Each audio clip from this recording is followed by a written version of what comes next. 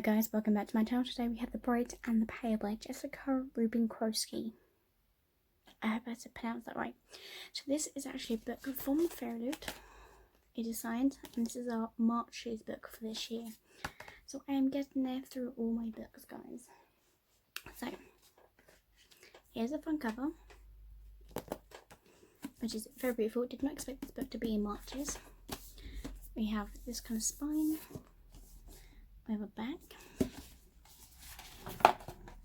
We have this kind of what they're called, this one here. And then we have this is the reverse art jacket. So the characters on this was definitely something I did not expect.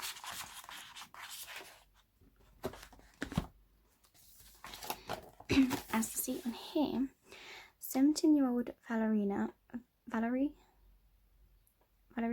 is one of the only survivors of the phrase "a dark magical hold not mounting unleashed on her village." Everyone, including her family, is trapped in an unbreakable sheet of ice ever since she's been on the run from the castle, who's determined to imprison anyone who manages to escape.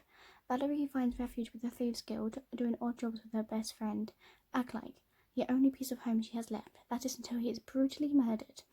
A year later, she discovers that Aglike is still alive and was being held against his will. To buy his freedom, she must lead a group of cutthroats and thieves on a perilous expedition to the very mountain that claimed her family. Only something sinister slumbers in the heart of Nod, and it has waited for years for release.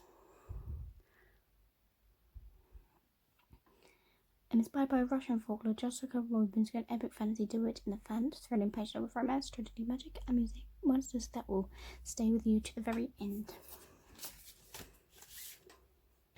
So this book was definitely something that I did not expect, because obviously, like I said, it's a Russian folklore, and I've always wanted to know more about the Russian folklore too. So,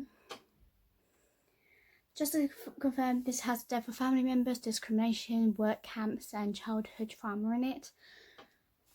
It was definitely a surprise to me. So The Bright and the Pale is a fast-paced way of fantasy that I enjoyed reading. It's a type of fantasy book that is perfect to read when you still want a fantasy, but you don't want a 600-page intricate story. It was fun and readable, but it also had some dark aspects to it that I really enjoyed. It was really atmospheric and made a perfect winter read. But it's like a perfect winter read, but also I didn't read it in the winter. I'm particular to stories that has a heist plot or a criminal main character that has a book delivered on both aspects. The heist kept me on my toes and I made for an interesting plot. But I love the criminal main characters because they're trained to be morally grey. Like, if you haven't seen that I love NCSI or anything that's crime movied, I will watch because I love it. So in the book of all Valerie's actions went the guild thieves as unjustifiable, and the book doesn't really explore morality, which is something I love to see explored in books with main characters who does moral and questionable stuff. The world is really atmospheric, and you almost feel the cold while reading it. I thought that two gods were interesting, but I would like the world building to feel a little more fleshed out. The plot was really cool, and the pace kept moving, which made for a really fast read. The characters had very little personality to them and just felt really flat. I didn't find myself emotionally invested in the story at all. But that's what I thought at first.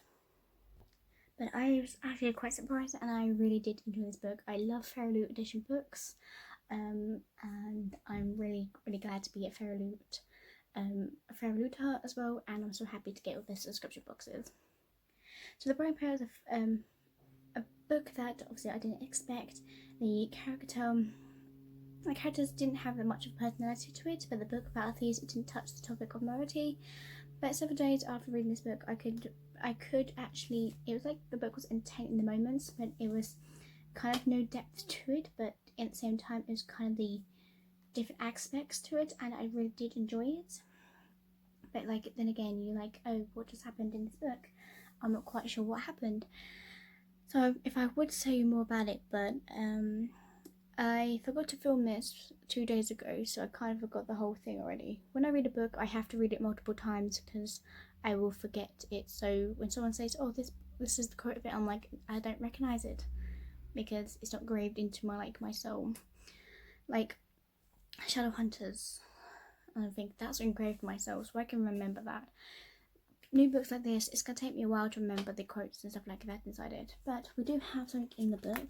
Oh my god, I forgot to show you. It had sprayed edges. So anyway. No, where did it go? Dang it. I think it was a quote. Oh no. I don't know where that... Oh, what an absolute twit. No. But I do like that. That's very pretty. Well, I have definitely just lost that quote. I do apologise, guys. But that quote is now gone. Yeah, I can't remember what page that was. Dang it. But oopsie daisy. But this was The Bright and the Pale by Jessica Rubinkowski, and I'm looking forward to see what this author also brings out as well in the future, because this book was definitely different than usual than the books I have read. I think I have more books and DVDs on my bookshelves now. So there we go. Thank you guys for watching, and I'll see you guys next time. Peace out. Bye.